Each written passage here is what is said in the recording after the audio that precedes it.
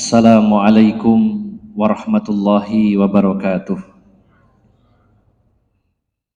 Alhamdulillahillazi arsala rasulahu bil huda wa dinil haqq liyuzhirahu 'alad dini kullihi wa kafa billahi syahida wa asyhadu an la ilaha illallah wahdahu la syarikalah wa asyhadu anna muhammadan abduhu wa rasuluhu la nabiyya ba'dah.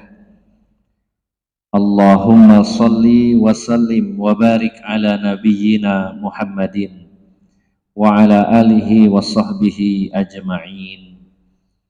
Wa qala Allah ta'ala fi kitabihil karim, ya ayyuhalladzina amanu taqullaha haqqa tuqatih wa la tamutunna illa wa antum muslimun, amma ba'd. Para alim ulama, para ustadz, para sesepuh yang senantiasa saya hormati dan saya muliakan, bapak-bapak dan ibu-ibu, saudara-saudari jamaah Masjid Al-Mujahidin yang dirahmati Allah Subhanahu wa Ta'ala. Alhamdulillah, kita sangat bersyukur kepada Allah Subhanahu wa Ta'ala. Pada malam hari ini Allah masih memberikan semangat kepada kita semuanya. Allah masih memberikan kekuatan kepada kita semuanya, memberikan kesehatan lahir dan batin, serta memberikan umur dan kesempatan dan berbagai macam nikmat-nikmat yang Allah berikan, sehingga pada malam hari ini kita bisa menghadiri majelis ilmu dengan harapan dan tujuan semoga kita semakin faham tentang urusan agama Allah Subhanahu wa Ta'ala, dan dengan pemahaman yang mendalam mudah-mudahan kita menjadi hamba-hamba Allah yang mendapatkan ilmu yang bermanfaat, yaitu ilmu yang diamalkan, sehingga kita tampil menjadi pribadi yang lebih baik dalam pandangan Allah Subhanahu wa Ta'ala. Bapak Ibu jamaah sekalian yang dirahmati Allah Subhanahu wa Ta'ala, malam hari ini kita akan membahas tentang satu tema, yaitu para saksi di akhirat atau para saksi pada hari kiamat. Kajian malam hari ini dengan waktu yang cukup singkat akan kita bagi dua. Yang pertama tentang bagaimana proses penegakan hukum di dunia ini, dan nanti di sesi kedua bagaimana proses penegakan hukum di alam akhirat, khususnya yang berkaitan dengan bukti-bukti dan saksi-saksi pada saat persidangan baik di dunia maupun di akhirat. Yang pertama, Bapak Ibu jamaah sekalian yang dimuliakan Allah Subhanahu wa Ta'ala, membahas tentang persidangan yang terjadi di dunia ini, tentunya bagaimana berdasarkan Al-Quran dan hadis-hadis Nabi yang sahih, bukan berdasarkan hukum yang selainnya. Adapun pembahasan proses persidangan berdasarkan hukum yang berlaku di negeri ini, saya bukan pakarnya dan juga bukan ranah saya.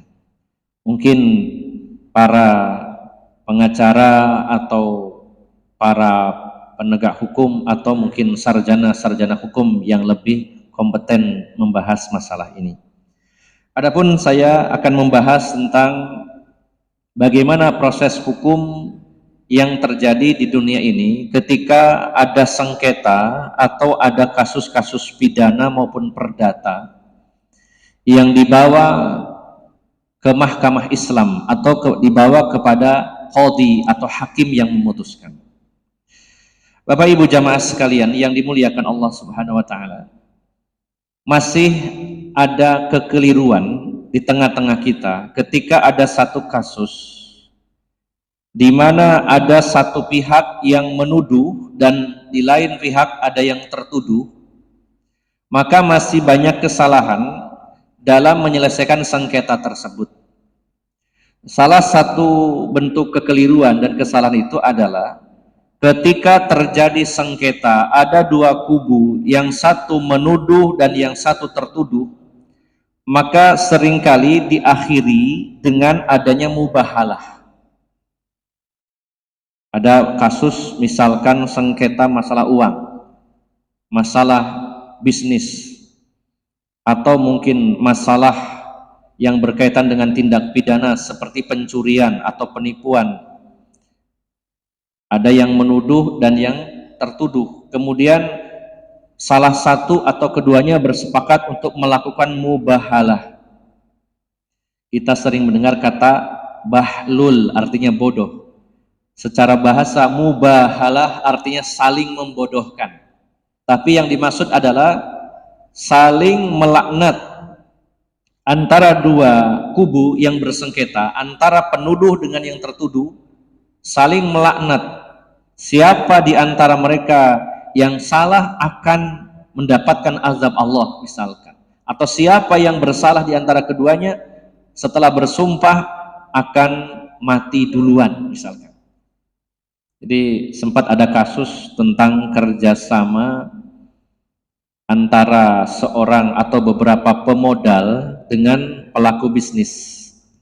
Kemudian para pemilik modal menuduh bahwa pelaku bisnis ini telah menyelewengkan dana atau modal. Sementara pelaku bisnis mengatakan tidak, semuanya jelas ada laporannya. Maka ketika tidak ada titik temu, lalu saling menantang, bagaimana kalau kita mubahalah.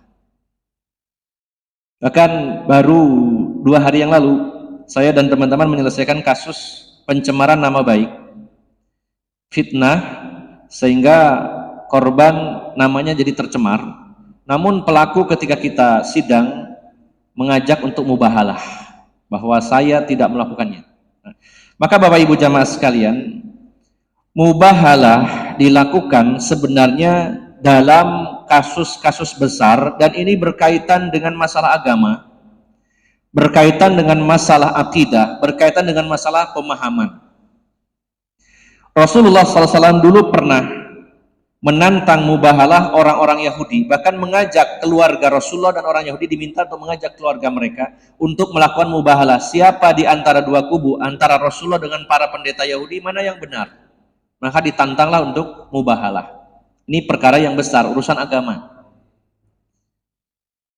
Juga pernah terjadi mubahalah antara Syekh Tisri dengan pendiri Ahmadiyah, yaitu Mirza Ghulam Ahmad. Ketika terjadi dialog, bahwa dijelaskan bahwa, wahai Mirza Ghulam Ahmad, kamu mencetuskan diri sebagai nabi, meyakini bahwa Rasulullah Muhammad SAW itu bukan nabi penutup. Sudah diingatkan, dikasih dalil dan sebagainya, tetap menolak. Akhirnya mubahalah. Siapa di antara dua orang yang salah ini akan meninggal duluan. Maka terjadilah mubahalah antara Syekh Tisri dengan Ahmad atau Mirza Ghulam Ahmad. Masing-masing saling melaknat, siapa yang salah di antara keduanya akan mati duluan. Maka Allah mematikan Mirza Ghulam Ahmad yang lebih dahulu, dan Syekh Tisri baru meninggal 40 tahun kemudian. Syekh Tisri adalah seorang ulama Ahlus Sunnah wal Jamaah. Maka sebenarnya mubahalah dilakukan dalam perkara-perkara yang besar dalam urusan agama, terutama terkaitan dengan pemahaman terkait masalah akidah. Sehingga kalau hanya masalah uang, masalah kasus-kasus sengketa, tidak selayaknya dibawa ke ranah mubahalah, namun ada proses hukum yang berlaku. Sebelum kita membahas tentang proses hukum di akhirat, maka bagaimana proses hukum yang dilakukan oleh pemerintah Islam, oleh qadhi, dalam hal ini oleh hakim, ketika terjadi sengketa atau ada dua kubu antara yang satu penuduh, yang satunya tertuduh. Maka yang jadi acuan adalah sebuah hadis yang diriwayatkan dari Ibnu Abbas. Hadis ini diriwayatkan oleh Imam Bukhari, Imam Muslim, Sunan Ibnu Majah, kemudian Ibnu Hibban, dan juga Imam Baihaqi. dan juga termasuk dicantumkan dalam hadis Al-Arba'in An-Nawawiyah. Hadis ini menjadi landasan bagi kita dalam penegakan hukum ketika terjadi sengketa, ada dua kubu antara yang menuduh seseorang telah berbuat tindakan kriminal atau kejahatan, lalu yang tertuduh juga dihadirkan. Hadis ini diriwayatkan dari sahabat Abdullah bin Abbas radhiyallahu anhuma. Beliau berkata, anna Rasulullah sallallahu alaihi wasallam qala, bahwasanya Rasulullah sallallahu alaihi wasallam bersabda, "Lau yu'tan nasu bida'wahum ladda'a rijalun amwala qaumin wa dima'ahum, walakin al-bayyinatu 'alal mudda'i wal yaminu 'ala man ankara." Ini luar biasa, satu hadis menjadi solusi dalam semua sengketa. Rasulullah bersabda, seandainya setiap orang yang melakukan tuduhan, atau seandainya setiap orang itu dipenuhi setiap laporannya, setiap klaimnya, seandainya setiap orang itu ketika melapor, saya telah dizolimi, si fulan telah mencuri barang saya, si fulan telah merampas hak saya, dan sebagainya, si fulan telah mengambil tanah saya, dan lain-lain. Seandainya semua klaim itu dipenuhi, setiap laporan itu ditanggapi, maka tentu akan ada orang yang mengklaim, menuduh atau menuntut harta dan darah satu kaum. Jadi kalau setiap laporan itu ditanggapi, lalu ada sanksi begitu saja kepada yang tertuduh, pasti banyak orang yang akan laporan bahwa harta saya telah diambil, hak saya telah dirampas, dia telah berbuat zalim kepada saya. Seandainya semua laporan itu ditanggapi kemudian dituruti, lalu yang tertuduh segera ditangkap dan dihukum, pasti akan banyak orang yang mengklaim, oh ini milik saya, dia ambil. Pasti akan banyak orang yang mengklaim. Maka solusinya kata Rasulullah,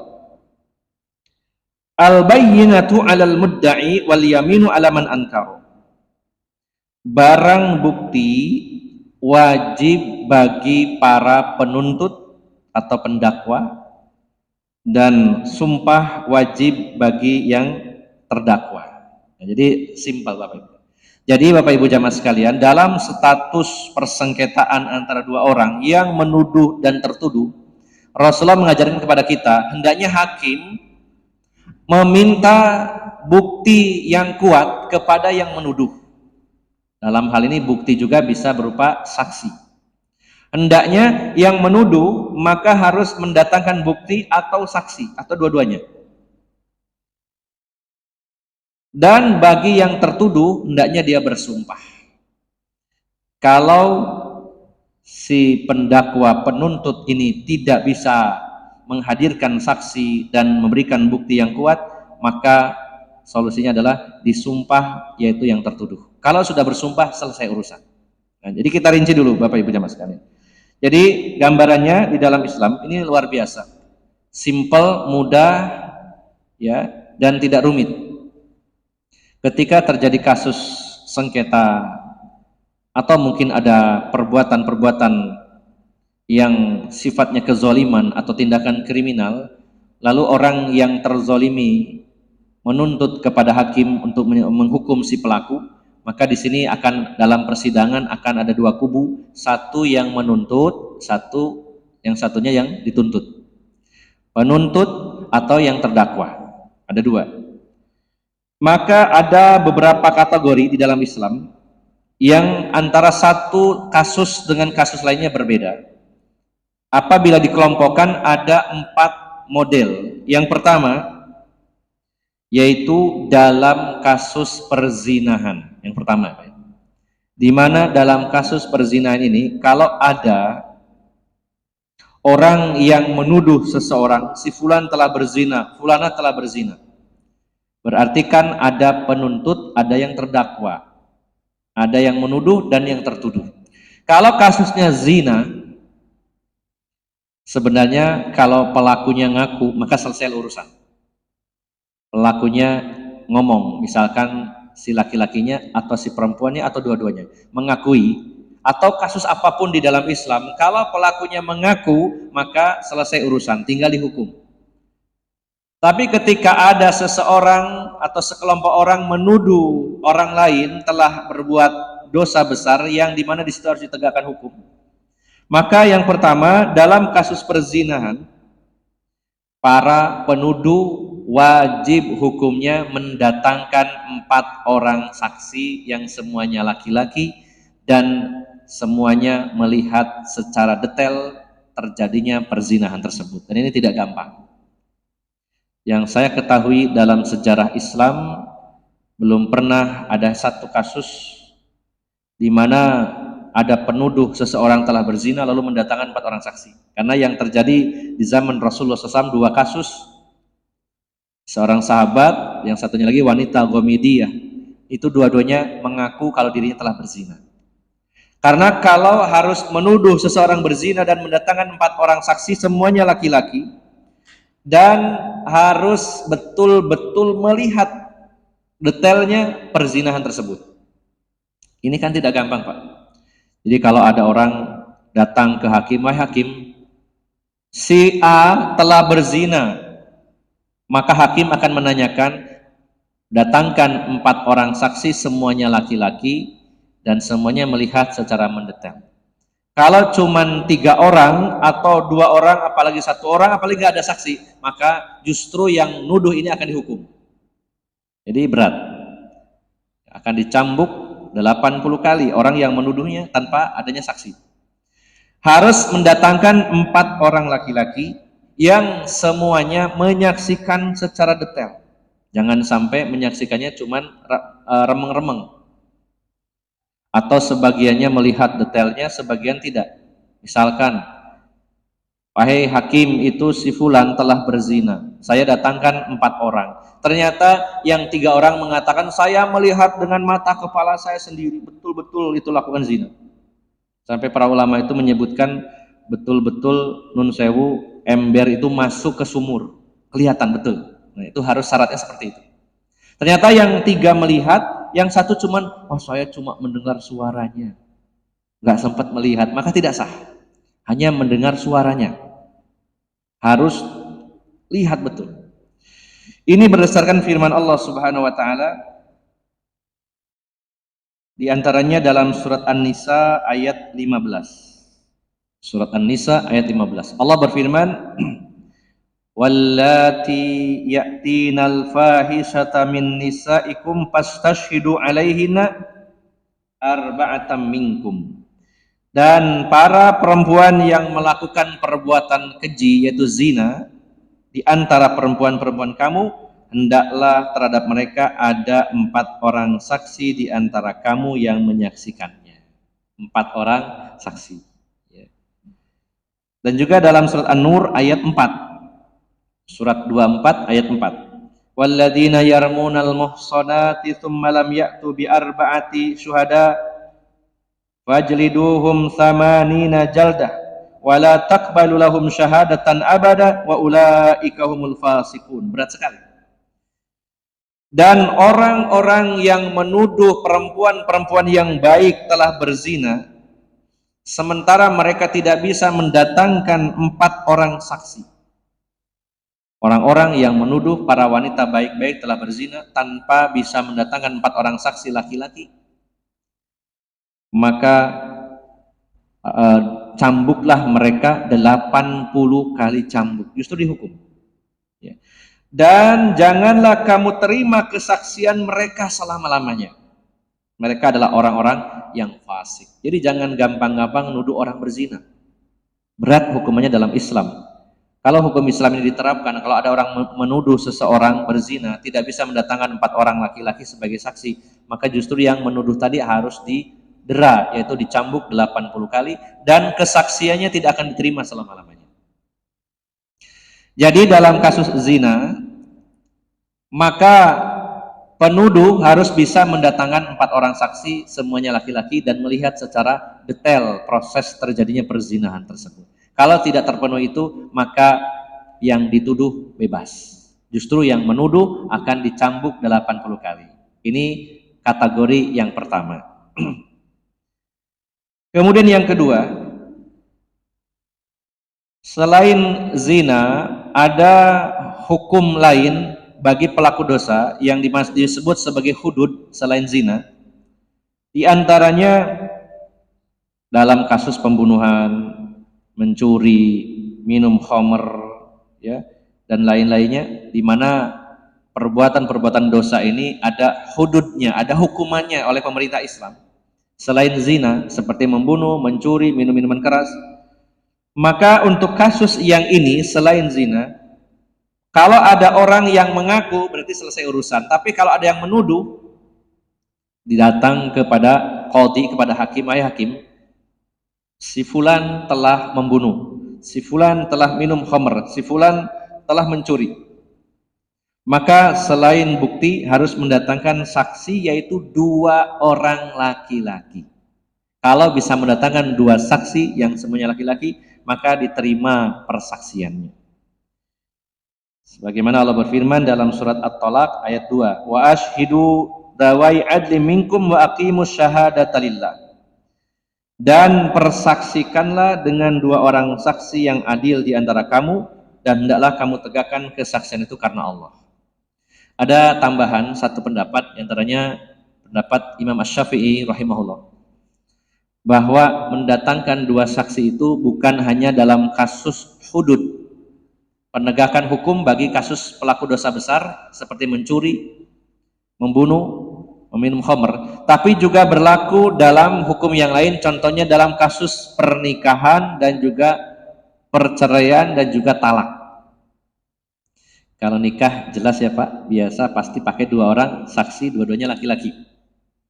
Tapi Imam Asy-Syafi'i berpendapat juga dalam kasus talak atau juga rujuk harus ada 2 orang saksi. Ini satu pendapat saja.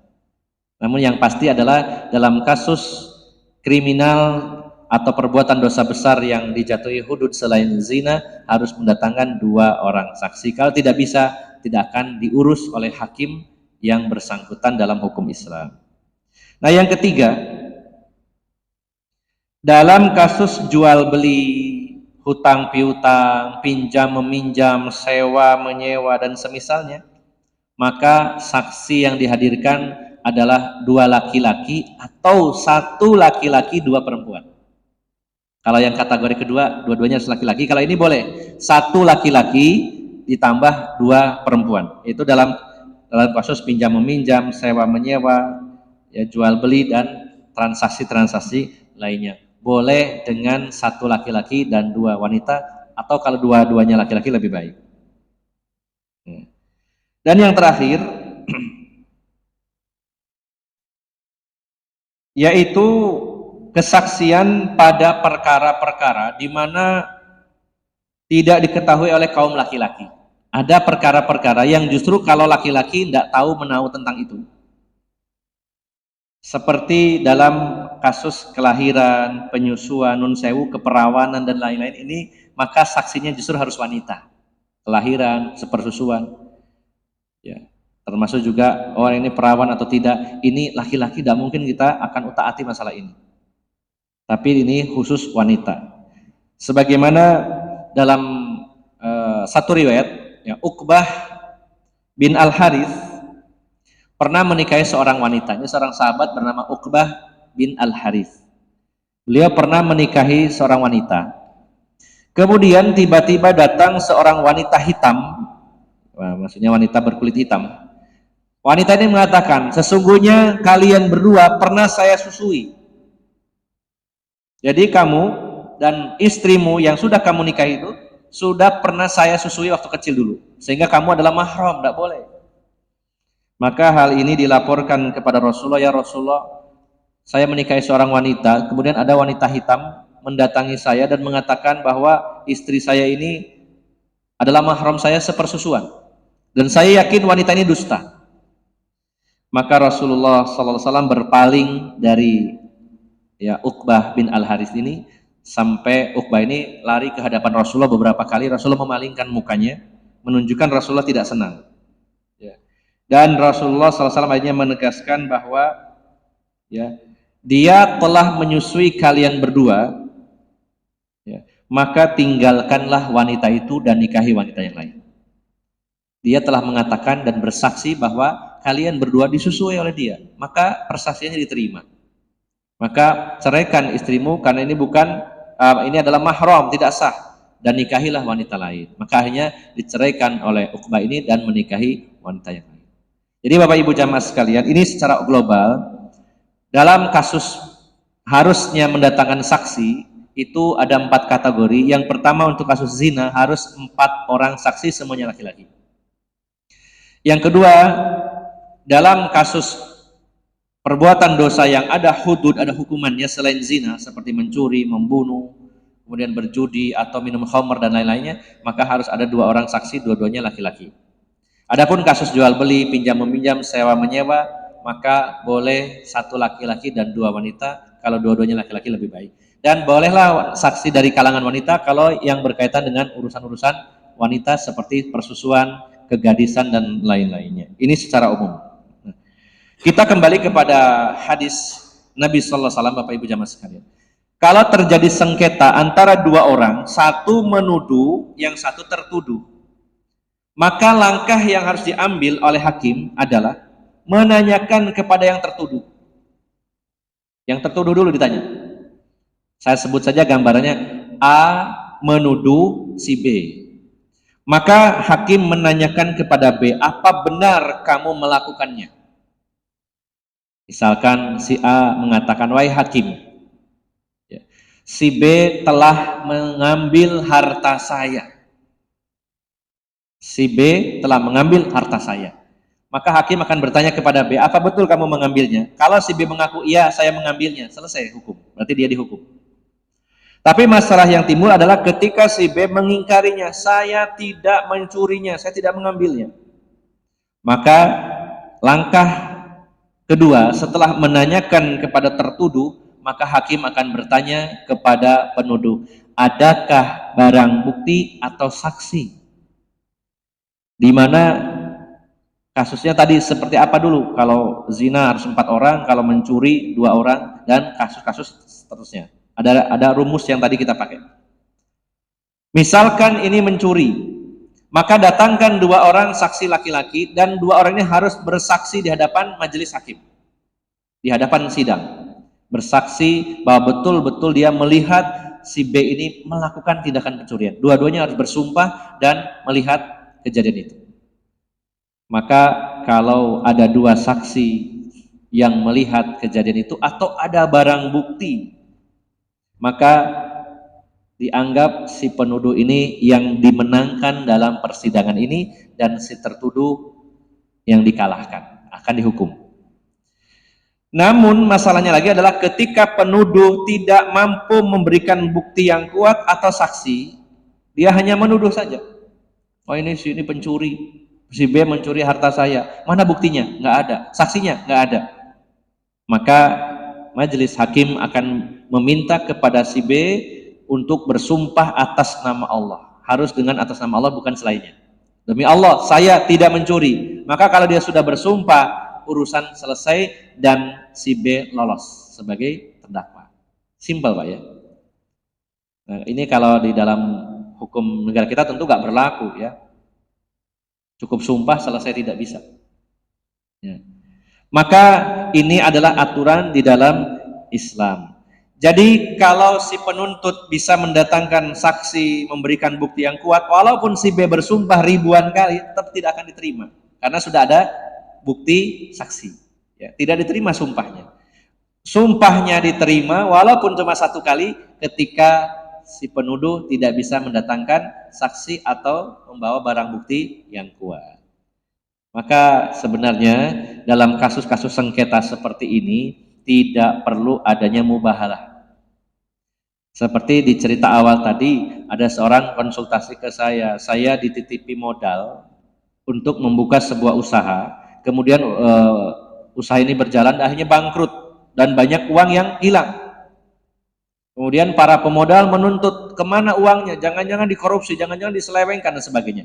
Padahal kata yang pelakunya, saya nggak menyelewengkan, memang habis untuk ini dan itu, untuk menutupi hutang dan sebagainya. Maka terjadi silang sengketa sehingga akhirnya yang punya modal menantang untuk mubahalah. Lalu konsultasi ke saya, bagaimana? Sebenarnya tidak perlu mubahalah.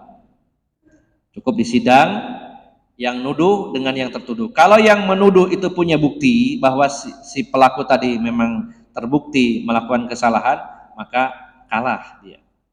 Atau ada saksi. Kalau tidak ada bukti, tidak ada saksi, maka yang pelaku ini, yang tertuduh ini cukup bersumpah atas nama Allah Subhanahu wa taala. Kalau dia itu berbohong dan bersumpah atas nama Allah, maka hukumannya sangat berat di hadapan Allah Subhanahu wa taala. Urusan itu diserahkan kepada Allah Subhanahu wa taala. Jadi Bapak Ibu jamaah sekalian, sumpah dalam Islam itu sangat besar. Ketika nama Allah dicatut, nama Allah dibawa-bawa, ini perkara besar. Sehingga orang yang bersumpah juga harus hati-hati, jangan mengobrol sumpah dalam urusan-urusan yang sepele, sedikit-sedikit demi Allah, sedikit-sedikit demi Allah, tidak boleh. Ada larangan bersumpah dalam hal-hal yang remeh. Contohnya dalam menawarkan barang dagangan ini hal remeh, tidak boleh bawa-bawa nama Allah. Ini perkara remeh, ya, misalkan jualan. Demi Allah Pak, ini barang berkualitas. Demi Allah kulaannya cuma segini. Ini tidak menghormati nama Allah Subhanahu wa taala. Ada pembahasan khusus tentang larangan mengobrol sumpah, apalagi dalam hal-hal yang remeh. Tapi kalau dalam kasus sengketa ini perkara besar, sehingga diminta bersumpah atas nama Allah, dan ini harus benar. Kalau dia tidak jujur dan bersumpah, maka konsekuensinya juga berat. Nama Allah dibawa-bawa dalam satu kasus ini besar. Sehingga para pelaku yang dituduh lalu bersumpah ini harus hati-hati, harus benar-benar jujur. Kalau dia berbohong, efeknya besar. Yang kedua, kalau sudah bersumpah si tertuduh tadi, maka semua orang yang hadir dalam persidangan itu harus percaya. Tidak bisa lalu dia mengatakan sudah tidak ada bukti, tidak ada saksi, terus si tertuduh bersumpah atas nama Allah lalu ragu. Wah, ini sumpahnya palsu, jangan-jangan serahkan kepada Allah Subhanahu wa taala. Toh juga tidak bisa mendatangkan saksi, tidak ada bukti, ya sudah disuruh bersumpah. Kalau sudah bersumpah, maka yang mendengar sumpah itu, yang menyaksikan sumpah itu harus lapang dada menerimanya, urusannya dengan Allah Subhanahu wa taala. Jadi jelas Bapak Ibu jamaah sekalian, dalam proses persidangan Islam itu cukup simpel. Kalau saya rangkum pada intinya adalah ketika ada dua kubu, satu penuduh, satu tertuduh. Maka kalau yang tertuduh mengaku kesalahannya, selesai kasusnya. Sidang ditutup dan dihukum. Tapi ketika si tertuduh mengingkarinya, maka si penuduh harus bisa mendatangkan bukti yang kuat atau saksi-saksi. Ketika tidak ada saksi, tidak ada bukti, maka yang tertuduh diminta bersumpah atas nama Allah dan sidang ditutup sehingga selesai, tidak ada kasus lagi. Kasus ditutup. Ini adalah persidangan di dunia. Maka Bapak Ibu jamaah sekalian, persidangan di dunia sangat sulit bagi kita untuk mengetahui sesungguhnya mana yang benar, mana yang salah. Mungkin kalau kasus itu memang bukti kuat, ada saksi, bisa jadi kita menganggap itu yang benar, tapi sebenarnya belum tentu 100%. Kenapa? Karena bisa jadi saksi juga bersaksi palsu. Ada kemungkinan. Kalaupun mendatangkan dua orang saksi, bisa saja yang jadi saksi bersumpah atas nama Allah dan dia bersaksi palsu. Sehingga kebenaran menjadi samar bagi kita. Ini di dunia. Sehingga bisa jadi yang salah dibenarkan, yang benar disalahkan. Ini sangat mungkin ketika di dunia ini.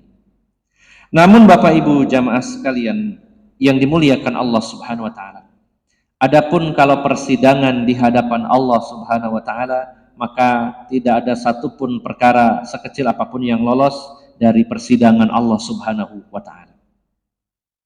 Maka dalam persidangan di hadapan Allah Subhanahu wa taala ada beberapa saksi yang akan Allah jadikan sebagai barang bukti dan saksi atas kita semuanya.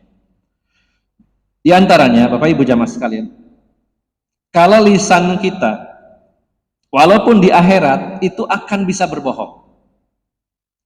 Orang-orang kafir, orang-orang musyrik, orang-orang munafik ketika disidang oleh Allah Subhanahu wa taala, lisannya bisa mengingkari, bisa berbohong walaupun di akhirat, apalagi dengan kondisi yang sangat mengerikan.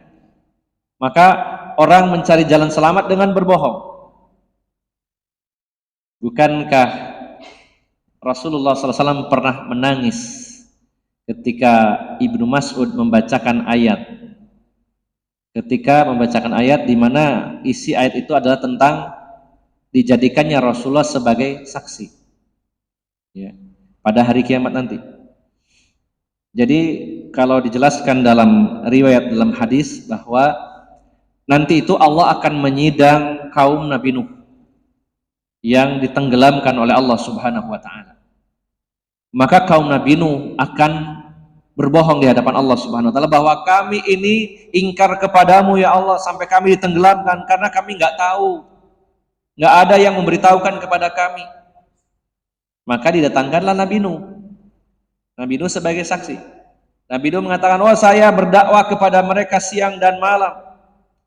Saya berdakwah kepada mereka secara terang-terangan dan sembunyi, tapi mereka tidak mau, mereka malah lari."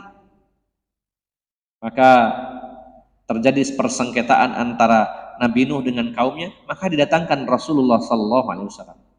Dan Rasulullah menjadi saksi bahwa Nabi Nuh yang benar karena beliau sudah diutus, dan kata Rasulullah, aku tahu dari firman-firman Allah Subhanahu wa taala bahwa Nabi Nuh memang pernah diutus kepada kaum Nabi. Begitu pula nabi-nabi yang lain, umat-umatnya akan menyangkal. Maka Bapak Ibu jamaah sekalian, di akhirat lisan manusia itu bisa berdusta dan mengingkari apa yang dituntut oleh Allah Subhanahu wa taala. Maka untuk membungkam itu semua, Allah akan datangkan saksi-saksi di alam akhirat sehingga manusia tidak berkutik lagi dan tidak bisa menyanggah lagi.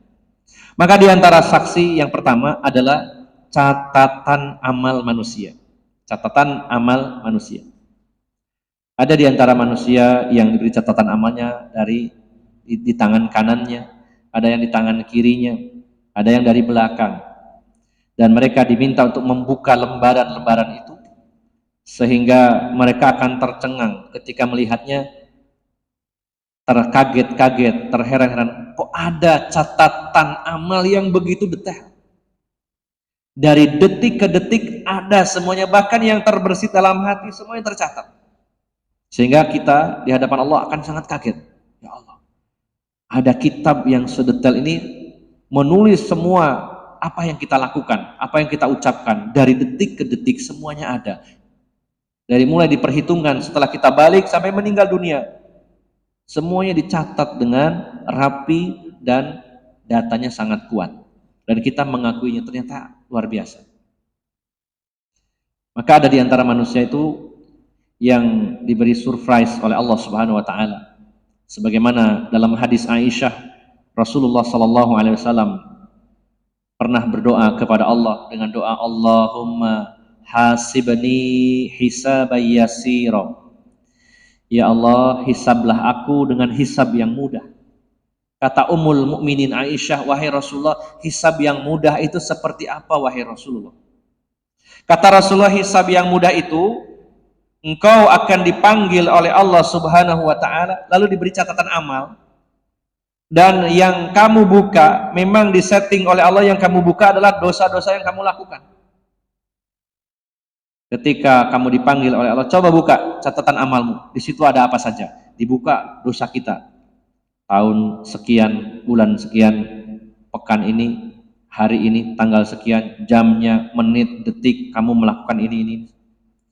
Maka kata Rasulullah, hamba itu akan sangat shock melihatnya, kaget. Ya Allah, dosa saya tercatat semuanya. Dia shock, pucat, takut di hadapan Allah Subhanahu wa taala. Lalu tiba-tiba Allah mengatakan, tutuplah catatan amalmu dan aku ampuni kamu. Maka ini yang dimaksud dengan hisab yasira, hisab yang mudah. Diberi kejutan oleh Allah Subhanahu wa taala sehingga hamba ini menyangka dirinya pasti celaka, ternyata Allah ampuni, tutup kitabmu. Kamu selamat, kamu ampun, saya ampuni. Ini namanya hisab yasira, hisab yang mudah. Tapi ada di antara manusia yang hisabnya rumit, detail, satu persatu akan disidangkan di hadapan Allah Subhanahu wa taala. Maka yang akan menjadi barang bukti di persidangan Allah Subhanahu wa taala adalah catatan amal kita. Ini yang pertama. Kemudian Bapak Ibu jamaah sekalian, berikutnya yang akan menjadi saksi, ini berdasarkan firman Allah Subhanahu wa taala, yaitu di dalam surat Yasin, sering kita baca. Surat Yasin ayat yang ke-65. Allah berfirman, Al-yawma nakhtimu ala afwahihim wa tukallimuna aydihim wa tashhadu arjuluhum bima kanu yaksibun. Pada hari di mana kami tutup, kami kunci mulut-mulut mereka. Karena mulut ini bisa berbohong, Allah akan kunci. Bisu tidak bisa ngomong sama sekali. Mulut ini bisa berbohong, maka Allah kunci pada hari itu. Kita nggak bisa ngomong sama sekali. Wa tukallimuna aydihim, dan justru tangan yang bisa berbicara, tangan yang ngomong, dan juga kaki-kaki mereka akan menjadi saksi dengan apa yang telah mereka perbuat. Selain barang bukti berupa catatan amal ketika disidang di hadapan Allah, maka mulut-mulut kita akan terkunci, tidak bisa berbicara lagi. Dan tangan akan berbicara, kaki akan menjadi saksi dengan apa yang kita lakukan. Kemudian juga sebagai tambahan dengan ayat yang senada bisa kita jumpai dalam surat, yaitu surat Fussilat,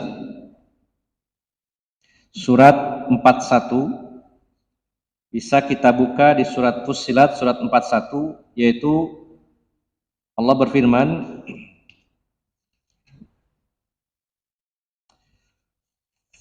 surat Fussilat ayat 20 dan juga 21. Allah Subhanahu wa taala berfirman, hatta idza ma ja'uha syahida 'alaihim sam'uhum wa absaruhum wa juluduhum bima kanu ya'malun. Sehingga apabila mereka sampai ke dalam neraka, maka akan menjadi saksi atas mereka, yaitu pendengaran mereka, kemudian juga mata mereka, dan juga kulit-kulit mereka dengan apa yang telah mereka perbuat. Jadi tambahannya adalah yang akan menjadi saksi selain catatan amal, juga tangan, kaki, termasuk kulit kita. Dan Allah Subhanahu wa taala zat yang maha mampu menjadikan apapun bisa berbicara. Bahkan salah satu tanda kiamat ketika ada dalam hadis-hadis yang sahih dalam kitab Asyratus Sa'ah dibahas ketika di zaman Rasulullah SAW pernah terjadi seorang penggembala yang salah satu kambingnya diambil serigala. Kemudian direbut kembali oleh penggembalanya, lalu serigala itu tiba-tiba naik ke tempat yang tinggi dan bisa berbicara. Berbicara seperti layaknya manusia. Dia mengatakan, engkau telah merebut rezeki yang Allah berikan kepada saya. Itu disampaikan kepada Rasulullah SAW bahwa itu adalah salah satu tanda kiamat ketika ada hewan bisa berbicara. Jadi dalam Islam kita harus meyakini apapun yang ketika Allah perintahkan bisa berbicara, pasti bisa berbicara. Maka ketika kulit kita itu berbicara, maka orang-orang akan protes. Wa qalu li juludihim lima syahidtum alaina. Mereka akan berkata, khususnya orang-orang kafir yang ketika kulit-kulit mereka menjadi saksi, mereka mengatakan wa qalu li juludihim lima syahidtum alaina. Mereka berkata kepada kulit-kulit mereka, kenapa kalian bisa menjadi saksi? Maka kulit ini akan mengatakan, qalu antaqanallahu alladzi antaqa kulla syai'i wa huwa khalaqakum awwala marrah wa ilaihi turja'un. Mereka akan berkata, kulit akan berkata, yang menjadikan kami dapat berbicara adalah Allah, zat yang bisa membuat berbicara semuanya, kulla syai'. Kami bisa bicara, kata kulit, karena kami diberi kemampuan oleh Allah, zat yang maha bisa menjadikan segala apapun bisa berbicara. Bukan hanya kulit saja, kalau Allah menghendaki semuanya bisa berbicara.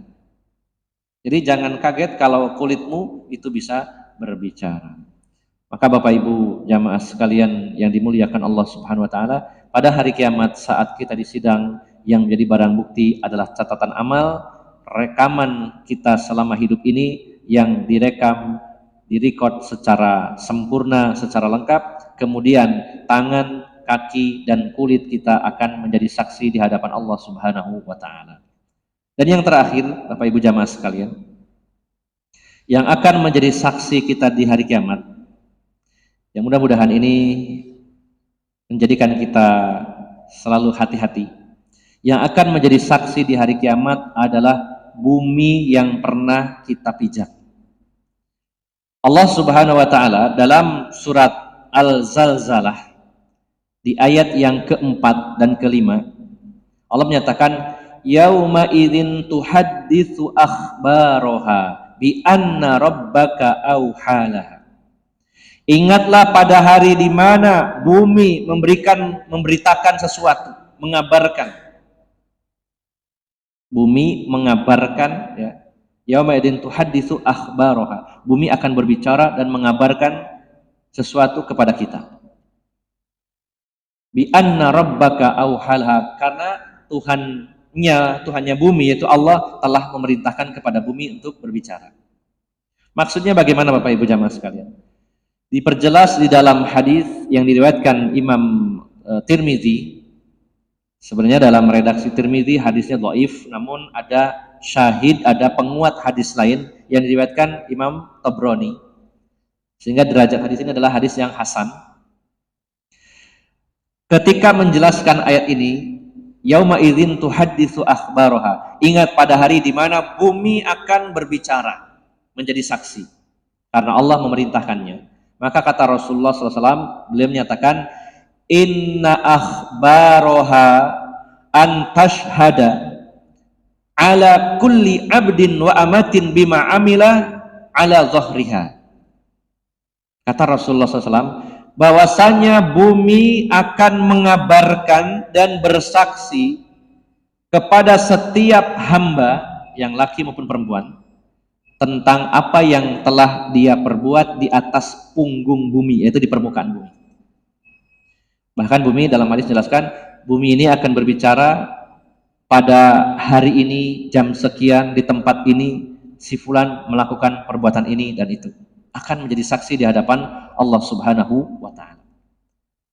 Jadi yang dimaksud bumi akan mengabarkan segalanya di hadapan Allah nanti, di hadapan kita, adalah bumi akan menjadi saksi untuk setiap hamba yang laki maupun perempuan, bima amila ala dhahriha, dengan apa saja yang kita amalkan di atas punggung bumi ini, di atas permukaan bumi ini. Maka dengan demikian Bapak Ibu jamaah sekalian, bumi manapun yang kita pijak, yang kita duduki, akan menjadi saksi apa yang kita perbuat. Kalau perbuatan baik, dia akan mengatakan si fulan telah berbuat baik. Maka kalau perbuatan maksiat, dia juga akan mengatakan si fulan telah bermaksiat di titik koordinat ini dan ini dan ini. Akan menjadi saksi di hadapan Allah Subhanahu wa Ta'ala. Maka Rasulullah SAW menganjurkan kepada kita untuk memperbanyak tempat-tempat kebaikan, karena tempat-tempat itu akan menjadi saksi di hadapan Allah Subhanahu wa Ta'ala. Sampai ada salah satu sunnah adalah ketika kita melakukan sholat sunnah, diusahakan di tempat yang berbeda. Misalkan sholat wajibnya di sini, sholat sunnahnya di rumah, sehingga memperbanyak tempat di mana kita berbuat baik. Dan kita sering berkeliling dunia dalam rangka melakukan ketaatan kepada Allah, sehingga semakin banyak tempat yang kita kunjungi di mana kita berbuat baik.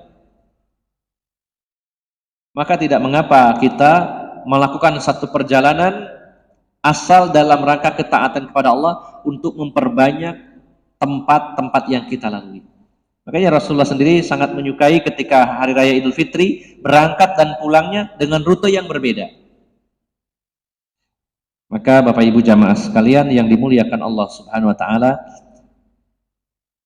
ketika kita malam hari ini duduk di masjid ini dalam rangka melakukan kebaikan, berada di majelis ilmu, maka bumi yang kita duduki ini nanti di akhirat akan menjadi saksi di hadapan Allah Subhanahu wa Ta'ala bahwa pada hari ini tanggal sekian, jam sekian, si fulan telah melakukan ketaatan. Begitu pula ketika maksiat yang kita lakukan, maka bumi akan mengatakannya bahwa si fulan pada hari ini jam sekian, menit sekian melakukan maksiat ini dan itu.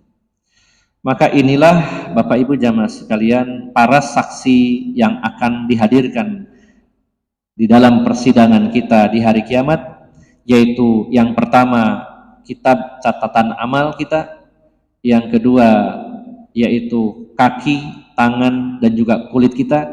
Kemudian yang ketiga adalah bumi yang kita pijak, yang kita duduki. Semua itu akan menjadi saksi di hadapan Allah Subhanahu wa Ta'ala. Maka Bapak Ibu jamaah sekalian, mari kita mempersiapkan diri agar diberi kemudahan dalam persidangan di hadapan Allah Subhanahu wa Ta'ala. Mari kita betul-betul memperbanyak lokasi-lokasi dalam rangka kebaikan, karena tempat-tempat tersebut akan menjadi saksi pada hari kiamat.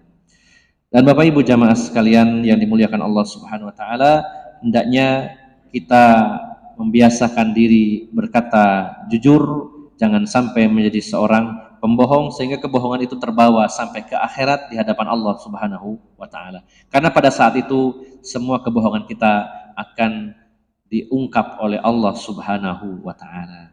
Demikian, semoga bermanfaat dan mohon maaf atas segala kekurangan. Aqulu qawli hadza wa astaghfirullah li wa lakum wa akhiru da'wana anil hamdulillahi rabbil alamin. Wassalamu alaikum warahmatullahi wabarakatuh. Subhanakallah.